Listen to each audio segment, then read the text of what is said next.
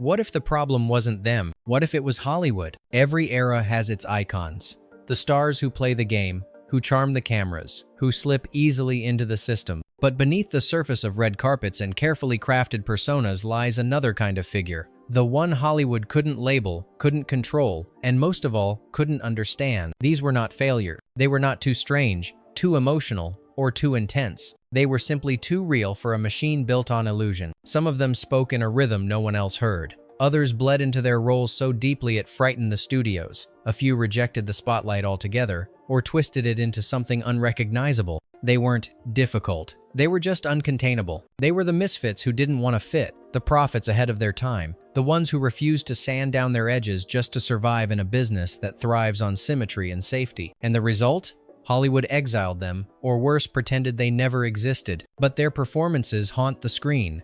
Their presence lingers. And today, we look back not to explain them, but to admit we never could. Which of these 20 stars do you believe Hollywood feared because it couldn't define them?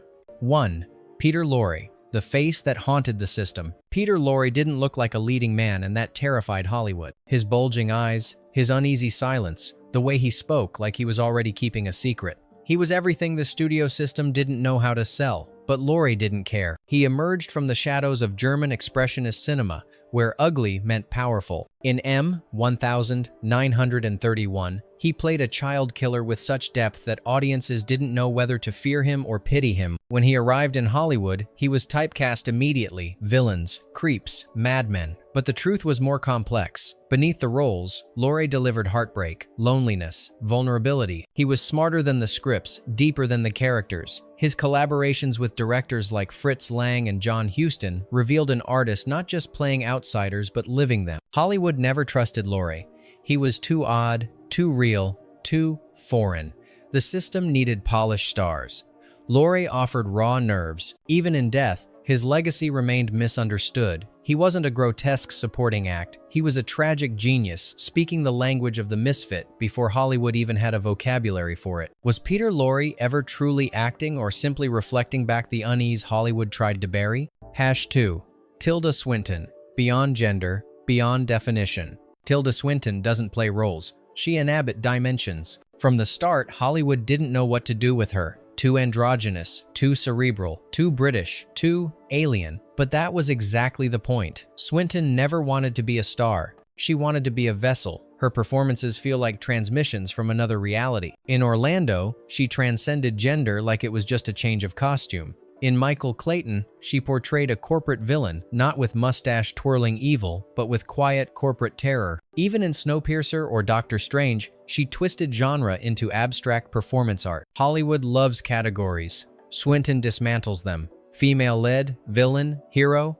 She slips between them like mist. When asked about her identity, she often answers in riddles, turning interviews into performance pieces. The industry eventually gave her awards, but they never gave her a box to fit in. She doesn't crave transformation. She is transformation. And for a system built on predictability and marketability, that's deeply unsettling. Did Hollywood celebrate Tilda Swinton for her talent, or simply because it couldn't ignore the force she became? #3. Montgomery Clift, the fragility Hollywood feared.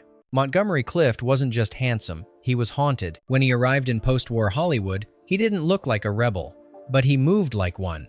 His performances weren't theatrical, they were internal earthquakes. In A Place in the Sun and From Here to Eternity, he didn't speak his pain, he carried it, visibly, like a weight he couldn't set down. Unlike Brando's brute force or James Dean's rage, Clift brought a gentle ache to masculinity. But Hollywood didn't know how to handle that. Vulnerability, after all, wasn't profitable. They wanted strong jaws and tough decisions, not trembling hands and silences that scream. His personal life became a battleground. Struggles with identity, with addiction, with grief. After a near-fatal car crash, the industry watched him unravel, unsure whether to save him or exploit the wreckage. Even in decline, Clift refused to become a caricature. He wasn't there to entertain. He was there to feel so deeply it made people uncomfortable. Did Montgomery Clift fade because of his demons, or because he showed Hollywood a kind of truth it never wanted to see? #4. John Cassavetes, the anarchist of emotion. John Cassavetes didn't just act. He tore holes in reality. To Hollywood, he was a nuisance, an actor who kept asking, why? A director who didn't care for coverage shots or happy endings. But to cinema, He was a revolution. He saw the polished surfaces of studio films and set out to expose the cracks underneath. Cassavetes financed his films by acting in mainstream productions, then turned around and poured the money into raw, unscripted explorations of human chaos. A Woman Under the Influence, Faces, Husbands, they weren't movies, they were emotional minefields. He wasn't looking for Oscar moments. He was looking for truth in the breakdown. Actors adored him, studios avoided him. He refused rehearsals, encouraged improvisation, and treated every scene like a collision. Hollywood had no idea what to make of him. He wasn't marketable. His films didn't test well, but they lasted because they exposed the soul, and the soul doesn't follow three-act structure. Was Cassavetes misunderstood? Or was he the only one who ever understood what Hollywood was trying so hard to avoid? #5. Dennis Hopper, the visionary they labeled crazy. Dennis Hopper was never difficult. He was just 10 years ahead of everyone else. From his early roles under James Dean's shadow to his directorial debut in Easy Rider, Hopper brought with him a vision of America that Hollywood wasn't ready for: raw, rebellious, drug-fueled, and deeply disillusioned. He didn't want to be a star. He wanted to blow up the idea of stardom. Easy Rider rewrote the rules of independent filmmaking, grossed millions, and launched a new era. But what did Hollywood do? They shut him out. His follow-up, The Last Movie, was too strange, too bold, too unwilling to compromise. Suddenly, the system labeled him unreliable. Not because he failed, but because he succeeded without their permission. Hopper spiraled. Drugs, fights, exiles. But the truth? He kept creating. Blue Velvet, Apocalypse, Now. Hoosiers? He always returned, reshaped, but never tamed. Was Dennis Hopper's chaos a flaw, or was it the price of seeing the future too early? #6. Gena Rowlands, the woman too real for the spotlight. Gena Rowlands didn't act, she bled. While other actresses gave performances, Rowlands gave herself. In films directed by her husband, John Cassavetes, she unleashed something Hollywood had no language for: female rage, vulnerability, delirium without apology. In A Woman Under the Influence, she didn't portray madness, she danced with it. In Opening Night, she became every actress aging out of a system that only valued beauty, not truth. Her face told stories even when silent. Her voice cracked not for effect, but because the emotion broke through first. Hollywood admired her. From a distance, they gave her awards, then forgot her. She wasn't commercial, she was combustible, too raw to brand, too honest to replicate. You can't mass-produce Gena Rowlands. You can only witness her, and then ask yourself why we're so rarely allowed to see women that human on screen. Did Gena Rowlands vanish from the spotlight? Or was she just too bright for Hollywood to bear? #7. Mickey Rourke, the artist who chose ruin over obedience. Mickey Rourke could have been huge. He had the looks, the talent, the presence. Hollywood offered him stardom on a silver platter, and he threw it back. In 9.5 Weeks and Angel Heart, Rourke exuded danger, sensuality, a kind of damaged magnetism that didn't fit the leading man mold. But he didn't want to be another celebrity. He wanted to feel something real. When the roles stopped satisfying him, he walked away from film into the boxing ring. His face broke, his voice deepened, and when he came back, he wasn't the same. But he was honest. In The Wrestler, he didn't play a fallen icon. He was one. The pain was real. The regret, unfiltered. No vanity, no artifice. Hollywood didn't know what to do with that. They wanted a comeback. He gave them confession. Rourke was never difficult. He was just unwilling to lie on screen or off. Was Mickey Rourke's downfall a tragedy or a final act of artistic defiance? #8. Harvey Keitel, the actor who refused to flinch. Harvey Keitel never blinked. Not in Taxi Driver, not in Bad Lieutenant, not in any scene where most actors would have turned away. Hollywood prefers polish. Keitel preferred truth, even when it was violent, broken, ugly. He wasn't a method actor in the way studios marketed. He was more dangerous than that. He believed every word. Before De Niro became the icon, Keitel was Scorsese's original muse. While others chased awards, Keitel chased roles that scared him: priests with shattered faith, cops addicted to self-destruction, criminals with codes no one else understood. Studios feared him. He wasn't pretty. He wasn't safe. He didn't act, he confronted. Even when blacklisted, even when cast aside, Keitel never softened. He kept digging, and in doing so, he carved a place for brutal honesty in an industry that thrives on illusion. Did Hollywood sideline Keitel because of his intensity or because he held a mirror too close to its soul? #9. Klaus Kinski, the madman Hollywood couldn't cage. Klaus Kinski was terrifying on screen, and off. But genius often is. To call him eccentric would be a disservice. Kinski was volcanic. In Aguirre, the wrath of God, he didn't play madness, he embodied it. Director Werner Herzog risked his life just to capture it. Hollywood flirted with him, then backed away. Too unpredictable, too volatile. But it was that very danger that made his performances unforgettable. He wasn't just acting, he was channeling something primal, something unnerving. Even when he whispered, it sounded like a scream trying to escape. The industry branded him a liability. But audiences couldn't look away. He shattered the line between man and myth and dared the camera to try and catch him. Was Klaus Kinski out of control, or was he the only one brave enough to lose control on purpose? Hasson 0. Gene Wilder, the man who made madness beautiful. Gene Wilder didn't just perform comedy. He tiptoed along its edge, where laughter turns into a scream. Most comedians beg to be liked. Wilder did the opposite. He unsettled. In Willy Wonka, he was charming until he wasn't. In Young Frankenstein, he took parody to operatic heights. And in The Producers, he melted down with such sincerity, it became poetry. What made him dangerous wasn't his humor, it was his stillness. The pause before the punchline. The glint of something deeper behind every wide-eyed grin. Hollywood wanted him to be funny. He insisted on being human. He never chased roles. He disappeared for years at a time. He refused the spotlight when it didn't serve the story. He wasn't chasing laughs. He was chasing truth. And sometimes that truth was absurd, aching, or terrifying. Gene Wilder didn't fit the mold of a leading man, nor the clown. He hovered between laughing at the darkness and daring you to join him. Was Gene Wilder merely whimsical? Or did he understand that madness was the only sane response to a world built on illusion? Hassanon. Isabelle Adjani. The storm in human form. Isabelle Adjani doesn't act. She erupts. In Possession, she gave a performance so raw, so unfiltered, it left audiences disturbed and speechless. Her body convulsed, her voice broke into screams, her soul poured out like blood on concrete. Hollywood likes actresses who are intense but controlled. Adjani shattered that rule. Her roles weren't characters. They were possessions of grief, madness, ecstasy, violence. She won awards. But the system didn't know how to use her. Too foreign, too explosive, too real. She didn't play the muse, she played the apocalypse. Even in French cinema, she was seen as extreme, but extremity was her language. She burned through roles that others would whisper. She refused to simplify trauma for comfort. She showed it in its full, devouring force. Adjani wasn't misunderstood because she was difficult. She was misunderstood because she felt too much and refused to apologize. Was Isabelle Adjani too much for Hollywood? Or was she simply the embodiment of everything it tries to suppress? Hasson 2. Donald Sutherland. The ghost in every room.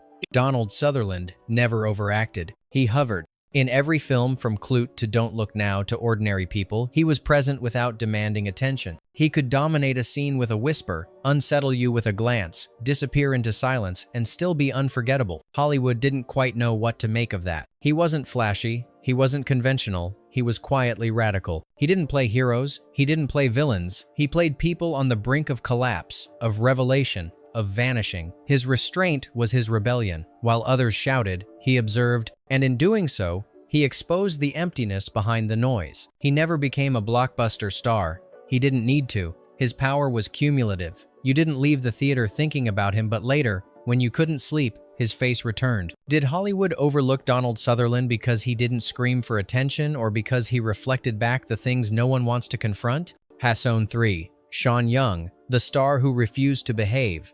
Sean Young was supposed to be a star. She had the face, the voice, the breakout role in Blade Runner. But Hollywood doesn't just want beauty, it wants obedience. And Sean Young refused. She clashed with directors, spoke her mind, demanded respect on sets where silence was expected. Rumors spread, labels were attached. Unstable, difficult. But when you look closer, the truth stings. She was punished for being honest in a system built on performance on and off screen. After Blade Runner, her career should have soared. Instead, it stalled. Studios whispered, roles vanished. She became a cautionary tale when she should have been a case study in how the industry gaslights women who won't play along. She was never less talented. She just stopped pretending. And for Hollywood, that was unforgivable. Did Sean Young sabotage her own career, or did she simply say out loud what every actress was supposed to swallow? Hasson 4. Crispin Glover. The beautiful unknowable. Crispin Glover doesn't act. He performs confusion. He walks into scenes like a glitch in the system, off rhythm, off script, often off-putting.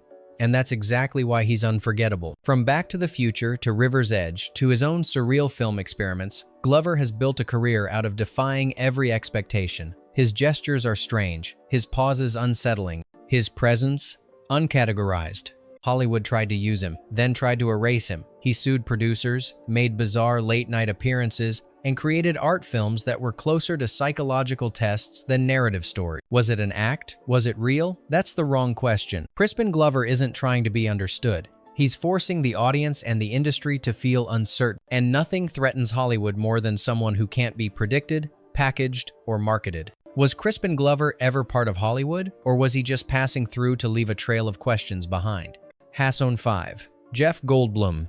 The charisma of the unexplained. Jeff Goldblum speaks like a jazz solo, hesitant, lyrical, weirdly profound. He turns exposition into poetry, turns background roles into centerpieces. He's not playing quirky, he's channeling chaos with a grin. From The Fly to Jurassic Park to the Grand Budapest Hotel, Goldblum never disappears into a role. He filters the role through himself. Every twitch, every cadence, every odd phrasing is a signature. He doesn't melt into characters. He bends characters around his own wavelength. Hollywood admired him but never quite trusted him. He wasn't leading man material in the traditional sense. Too odd, too smart, too undefined. But that's what made him unforgettable. In an industry obsessed with clarity, Goldblum is an open-ended sentence. He didn't break the mold. He refused to acknowledge it existed. Is Jeff Goldblum just eccentric, or is he proof that true originality can't be decoded? #6. Tim Curry. The weaponization of weird. Tim Curry never tried to be normal. He made weirdness into a superpower and wielded it with precision. From the moment he stepped onto the screen in the Rocky Horror Picture Show, Curry redefined what presence meant. He didn't just command attention, he devoured it, licked the bones, and winked on his way out.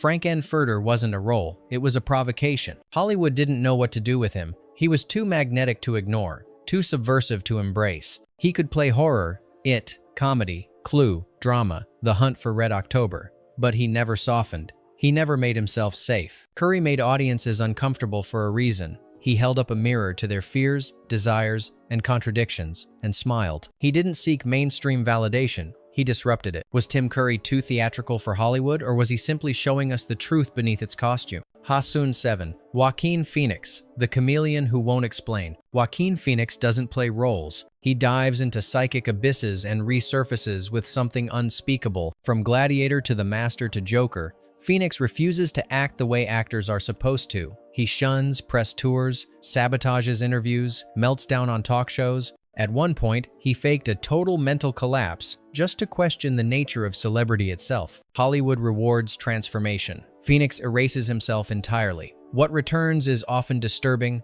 haunting, impossible to look away from. Directors call him a genius. Studios call him difficult. The audience calls him mesmerizing. But no one calls him predictable. Even when he wins like at the Oscars, he seems uncomfortable in victory, as if success itself is a trap. Has Joaquin Phoenix mastered the art of performance, or has he simply rejected the idea that it ever needed to be performed at all? Hasson 8. Cate Blanchett, the star who became a mirage. Cate Blanchett isn't a shapeshifter, she is a living illusion. In Carol, she was elegance incarnate. In Blue Jasmine, a woman unraveling in slow motion. In Tar, she became a maestro of control, descending into chaos. Each time, she vanished, and yet remained unmistakably herself. Hollywood celebrates transformation, but Blanchett doesn't just transform, she disappears into archetypes, then bends them from within. She can be mother, monster, lover, liar, and you believe all of it because you can't find her underneath it. That terrifies Hollywood, because stars are supposed to be recognizable, marketable, fixed. Blanchett is none of those things. She floats above it all, unreachable, unknowable. You don't remember what she wore. You remember how she made the air feel. Is Cate Blanchett the greatest actress of our time, or a mirror reflecting everything Hollywood wants but can't possess? Hasson. Orson Welles, the genius they tried to silence. Orson Welles didn't climb the ladder. He blew it up and built his own, and Hollywood never forgave him. At 25, he created Citizen Kane, a film that rewrote the language of cinema. The industry should have crowned him. Instead, they tried to bury him. Why? Because he told the truth about power. Because he refused to obey. Because he was smarter than everyone else in the room and didn't hide it. After Kane, studios slashed his films, sabotaged his releases, and painted him as difficult. But he never stopped creating. The Magnificent Ambersons, Touch of Evil, F for Fake. They were not just films. They were battles. Wells was punished not for failing, but for being too good, too soon, and too independent. He didn't play the Hollywood game. He saw it for what it was, a house of mirrors with too many shadows. Was Orson Welles a tragic genius, or did he simply refuse to shrink himself to fit inside a studio frame? #20. Björk, the voice from another dimension. Björk doesn't perform. She arrives like a cosmic event. Though better known as a musician, her role in Dancer in the Dark stunned critics and audiences alike. It wasn't just acting, it was a total psychic exorcism. The pain was real, the suffering wasn't staged. She later said she would never act again. Hollywood begged. She walked away. Why? Because the process wounded her. Because the industry tried to mold something that couldn't be molded. Because she belongs to no system, no genre, no definition. Her music is cinematic, her presence magnetic, her refusal absolute. In an era of overexposure, Björk remains a mystery by choice. And that may be the ultimate rebellion in a world obsessed with visibility. Did Björk leave Hollywood? Or did she simply return to the universe that sent her? These were not rebels, not troublemakers, not oddities. They were warnings that the human soul cannot be streamlined for box office appeal. Hollywood couldn't understand them because they weren't there to be understood. They were there to disturb, to challenge, to reflect truths the industry would rather ignore. And in doing so, they became immortal, not as stars, but as forces. Now we ask you, which of these outsiders haunted you the most? Or better yet, which star did we miss because the world still isn't ready for them? Comment below, subscribe if you haven't, and share this video with someone who believes cinema is more than just entertainment.